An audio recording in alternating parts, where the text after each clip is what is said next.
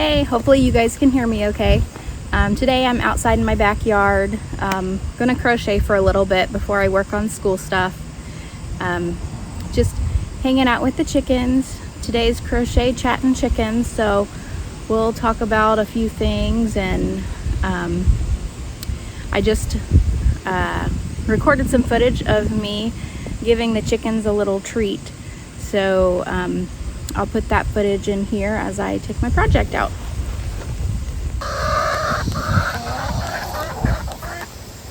Okay, these pretty girls are my babies, my littlest ones. Look at that, aren't they so pretty? There's my Americana there on the left. I haven't named any of these guys yet. They like being out of the coop, but they're still a little shy and backwards.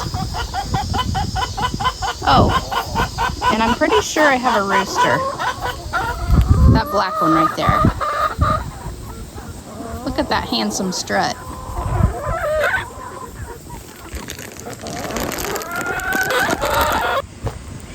Okay, so what I'm working on now is a pattern for, what is it called? Let's see here.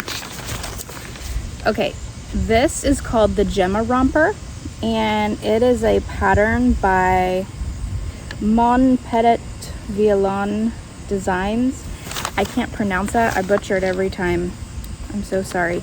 But I've done several of her patterns before. I absolutely love her patterns. Everything she has turns out beautiful, and it's really good quality. I never have like any issues following her patterns, so I do highly recommend. And this is what it's gonna look like, and I am making it in the smallest size, which I think is 0 to 3 months. Yeah, it's 0 to 3 months. And I'm making it for one of the nurses that I work with, who is going to be having a little baby girl. And I think that blue is adorable for a little girl. I had forgotten what color this was actually made of when I went to find the yarn, and I just so happened to pick out the exact same color. So I must have really liked it then. This one is a little more greenish gray than the one in the pattern, but I do really love it.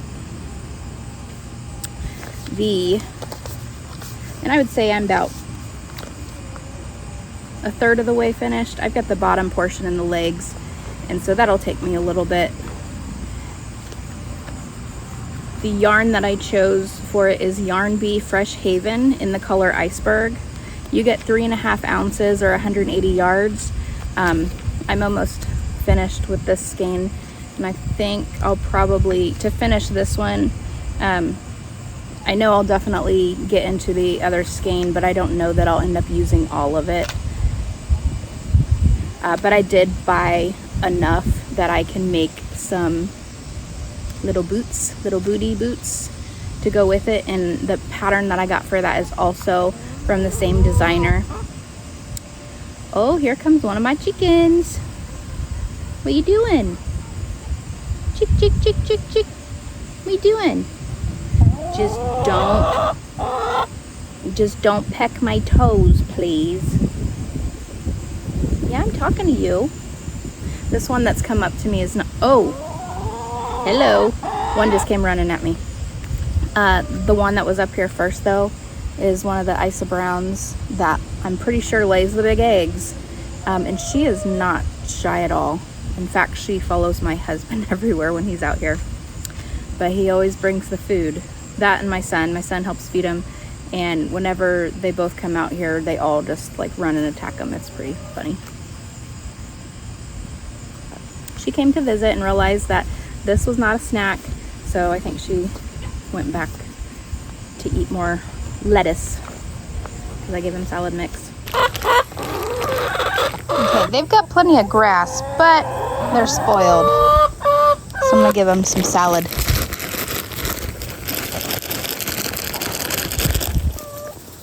Come here, chickies. Oh, look at my little Banny hen. Isn't it so cute? Aww.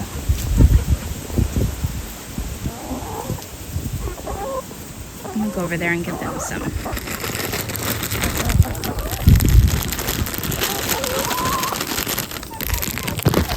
The bigger hens keep getting in the way. Here you go, girls. Not you guys. You guys. Sorry for moving the camera. There, they got some from when I first threw it down.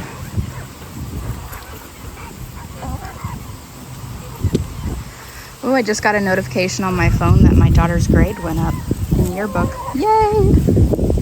Good job, Emma.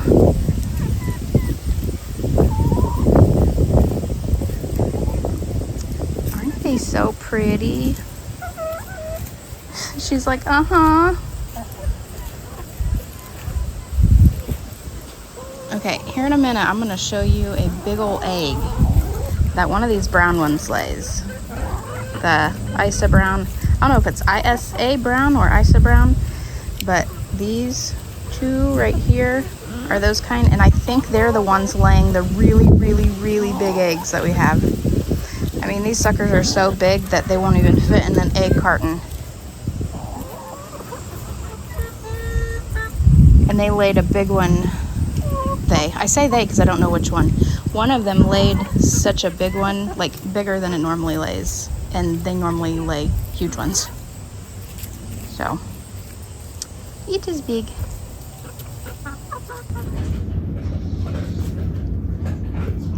So these are our regular little eggs. This is kind of our smallest egg. We have had smaller though.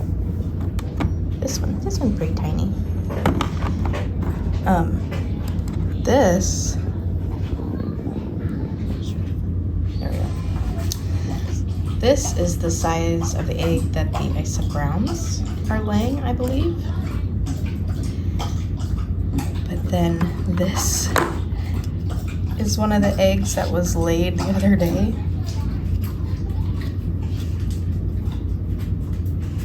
Can you tell the difference? Oh my gosh, it's so big.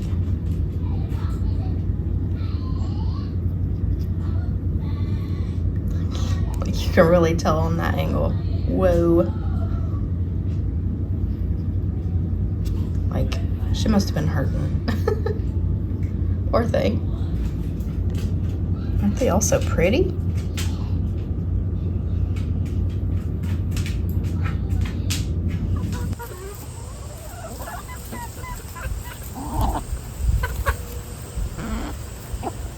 They like salad mix. I gave them some broccoli yesterday and they didn't really appreciate that. I think their favorite is watermelon.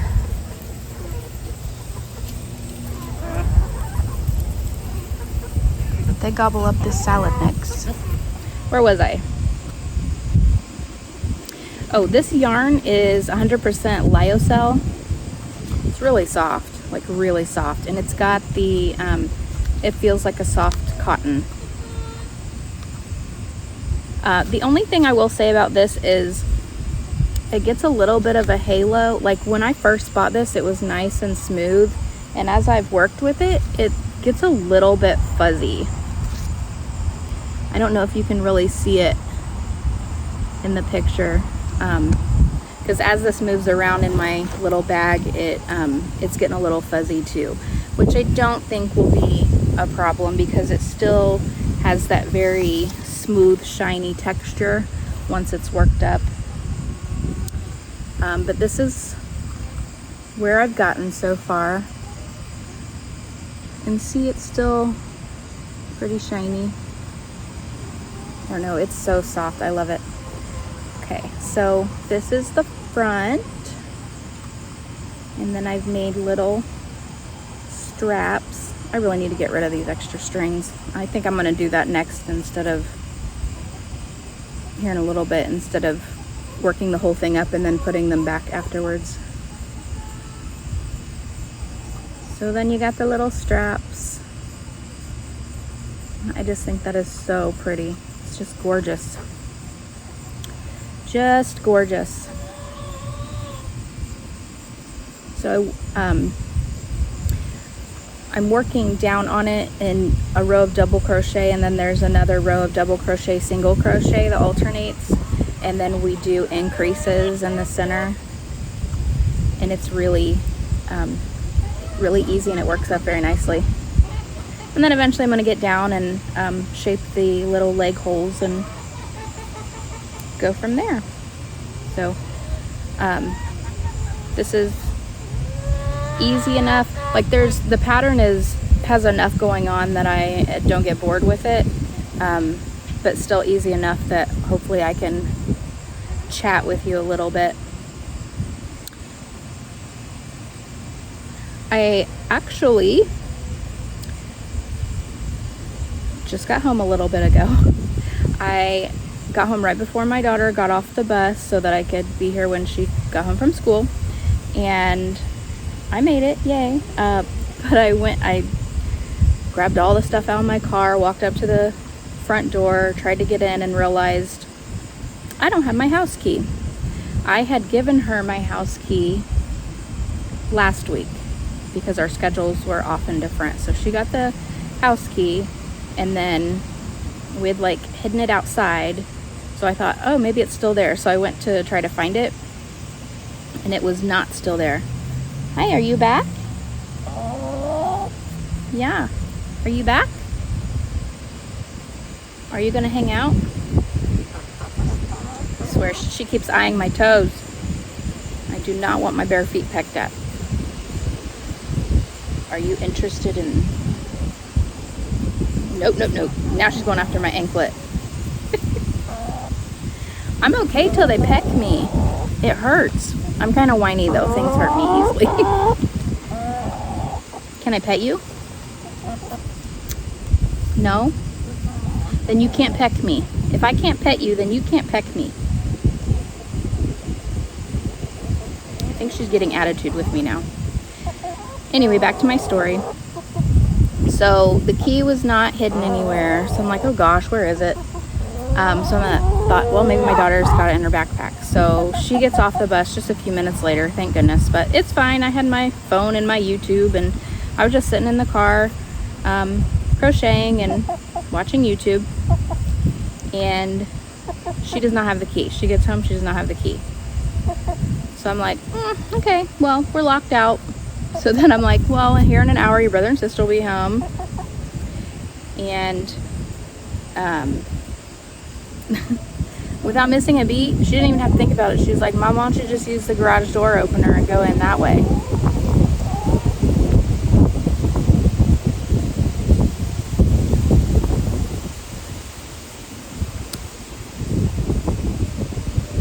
She's so smart. Luckily, our door was unlocked and we were able to get through the garage door. But yeah, I would have just hung out for another hour, and she's all like, think outside the box, Mom. So I tend to get locked out of things easily. I get locked out of my house a lot. If anything's out of my normal routine, then it messes me completely up. Like, I'll forget my work badge if I don't take it off and put it in the same spot every time. A lot of times I will lock my keys in my car. So it really doesn't surprise me. I'm just beyond, whatever, you know. Hopefully I don't mess up. I think I messed up. No, I didn't. I'm okay. Anyway, so I gave her a big old hug, and I was like, you're so smart. And she just got a kick out of that. So she saved the day. She got us in the house so that I didn't have to wait outside, which thank goodness it's not too hot today. It's like still in the 70s, so it's not too bad. So that's why I decided to come out and hang out here, because there's a nice breeze and it just feels really good.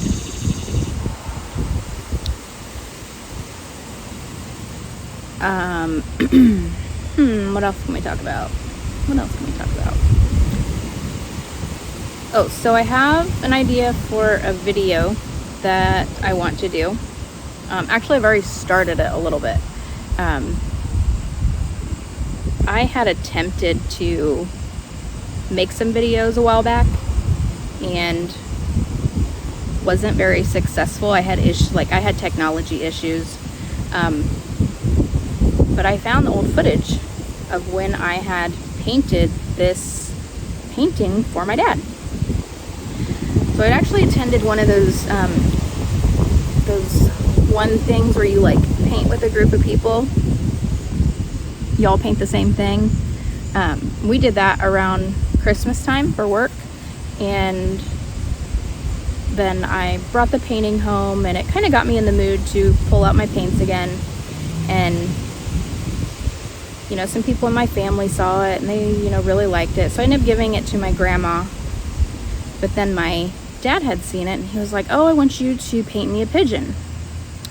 Well, my dad races homing pigeons, so he, you know, he loves pigeons.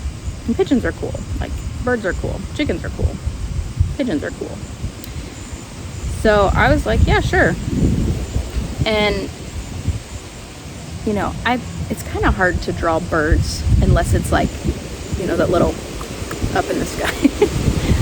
But he wanted like a full-on pigeon where you could see all the colors and the details and all of that. So I was a little intimidated, but I wanted to try it.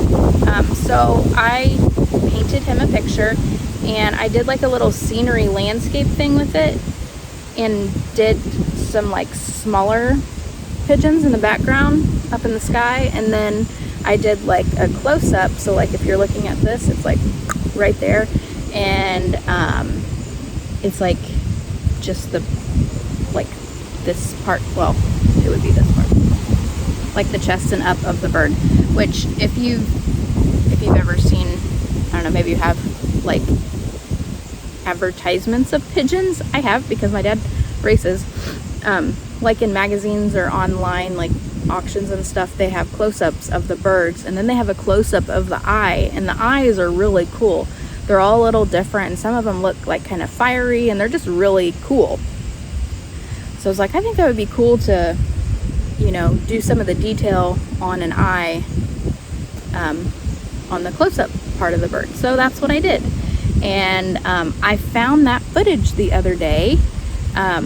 I didn't think that it had actually downloaded onto my computer way back when I was trying to do all that, but it did. So I have some footage of me painting that, and so I think I'm going to get the painting, borrow the painting from my dad, and do a little video on that so you can see what I did. Because I was, it's not perfect. Like, I'm not the greatest. Like, I would say I have a little bit of talent. I mean, I can get by, but I've never painted for, you know, a job or anything. Like, I haven't been hired. Actually, I have.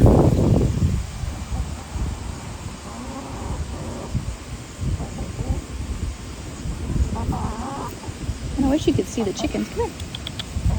But I was hired once for, I had done another landscape thing for my dad a long time ago. Gosh, I was probably still in high school.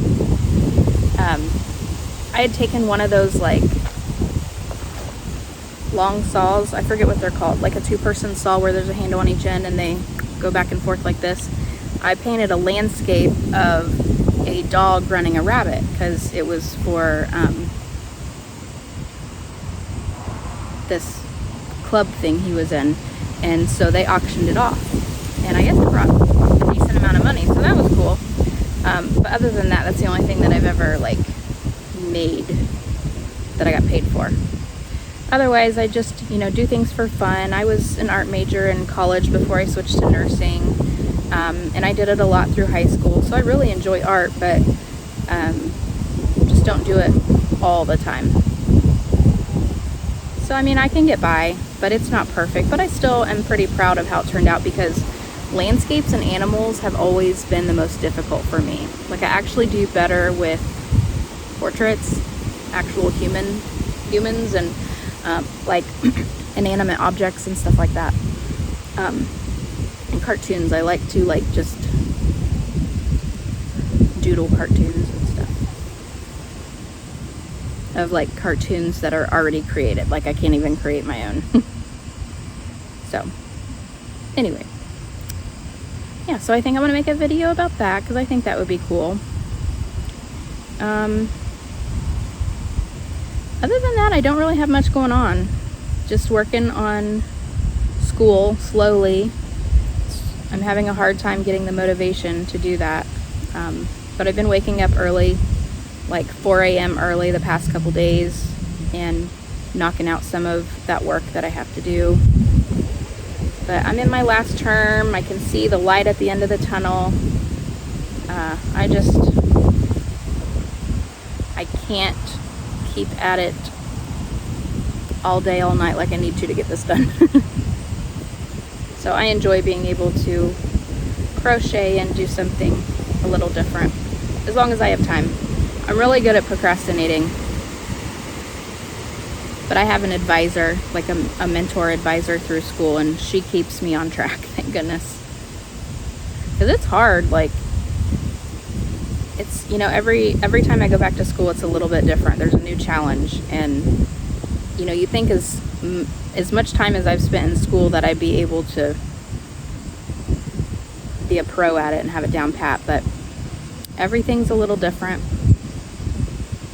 And everything's a challenge. There's always something different going on in my life that creates a new challenge, and it's hard while I'm going through it, but once I'm done, once I've finished it, it is a true feeling of accomplishment. And that's kind of like these patterns. I remember the first pattern I did of hers, it was really my first complicated, you know, non-beginner pattern. And, you know, the project turned out beautiful, and I was just so proud of it. So it's okay to do hard things. You should do hard things. You will feel, messed up. You will be so proud of yourself once you accomplish it. And heck, even if you fail,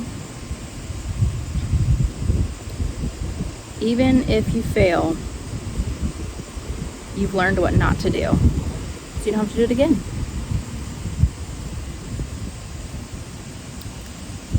Okay. I think that's about all I'm going to do for this video. Yeah, this has been fun. Let me know if you still like these videos. I like to talk about my chickens and crochet and all of that, so bring them all together. Oh, I didn't show you my shirt. I've had this shirt forever. I think I got it at Roll King. Isn't that hilarious? Manure happens. Anyway, thanks for hanging out with me. You guys have a great day. Bye.